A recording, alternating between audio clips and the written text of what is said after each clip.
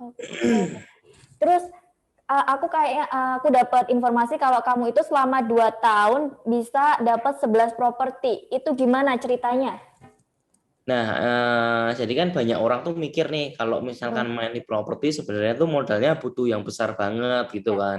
Kan banyak banget milenial yang, terutama milenial sih, masih masih nggak paham sebenarnya instrumen investasi properti itu sebenarnya menarik banget, tapi banyak banget juga yang nggak gitu paham cara mainnya. Akhirnya mereka mutusin ya udahlah, aku nggak main di properti dulu. Padahal sebenarnya di properti itu jauh lebih enak. Misalkan gini ya, kita punya uang.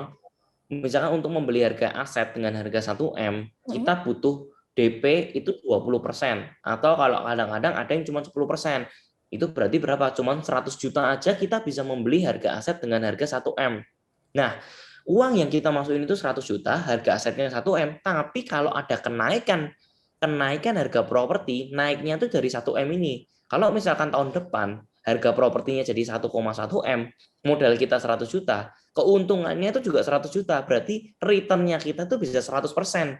Beda kalau kita biasanya main misalkan di instrumen seperti investasi saham, misalkan saham 100 juta, kita untung 10%, itu cuma naik 10 juta. Ya. Ya kan? Tapi kalau properti beda, masukinya 100 juta, naiknya dari harga aset. Asetnya 1 miliar, kita naik 10%, naiknya 100 juta juga, untungnya 100% gitu. Nah, itu yang benar-benar membedakan gitu. Itu yang leverage yang nggak dipunyain di instrumen manapun. Even bisnis, kita masukin 100 juta, itu kita butuh waktu kurang lebih 1 tahun, 1 tahun sampai 1,5 tahun baru BEP doang, Hmm. baru balik modal. Belum nanti kalau bisnisnya tiba-tiba downtrend, atau belum bisnisnya tiba-tiba trennya sudah berubah. Nah, itu baru mendapatkan keuntungan. Mungkin setelah 1 tahun BEP mendapatkan keuntungan, ya mungkin nanti keuntungannya bisa 100 juta, tapi setelah eh, tahun kedua atau tahun ketiga gitu kan. Nah, kalau mengelola dananya 500 juta, biasanya bisa sampai 2 tahun, 2,5 tahun baru break even point, baru balik modal. Nah, kalau balik modal mungkin baru 3 tahun, 4 tahun, akhirnya baru benar-benar baru benar-benar bisa mendapatkan keuntungan gitu loh. Tapi kalau di properti, kita modal 100 juta, kalau naiknya 1,1M jadi 1,1M, kita jual, kita masih dapat untungnya bisa 100%. Itu cuman 10%. Kalau misalkan naiknya 15% atau 20%, itu bisa tinggi banget gitu. Nah, biar Tribuners tahu nih, yang pasti banyak belum tahu. Properti yang kamu masuk tuh kayak gimana? Bisnis investasi properti yang kamu lakuin tuh yang bagaimana? Atau investasi properti rumah kah? Atau kos-kosan atau gimana? Nah, yang aku lakuin itu adalah investasi kos-kosan.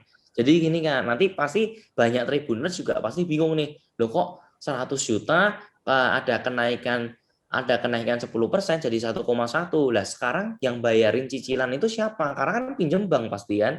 Pasti 900 jutanya itu pinjam dari bank. Nah, yang aku lakukan adalah gimana caranya aset dari properti ini bisa nyicilin cicilannya itu sendiri, bahkan untung. Nah, dengan cara dijadikan kos-kosan itu sendiri.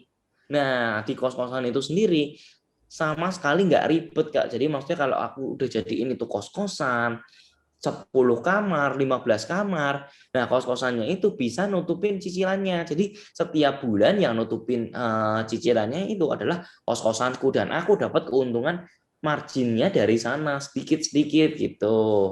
Nah, setelah itu setiap kali ada capital gain, kenaikan harga, nah itu aku dapat tuh keuntungannya.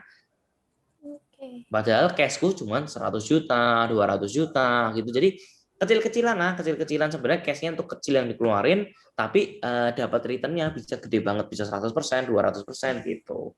Terima kasih sudah nonton. Jangan lupa like, subscribe, dan share ya.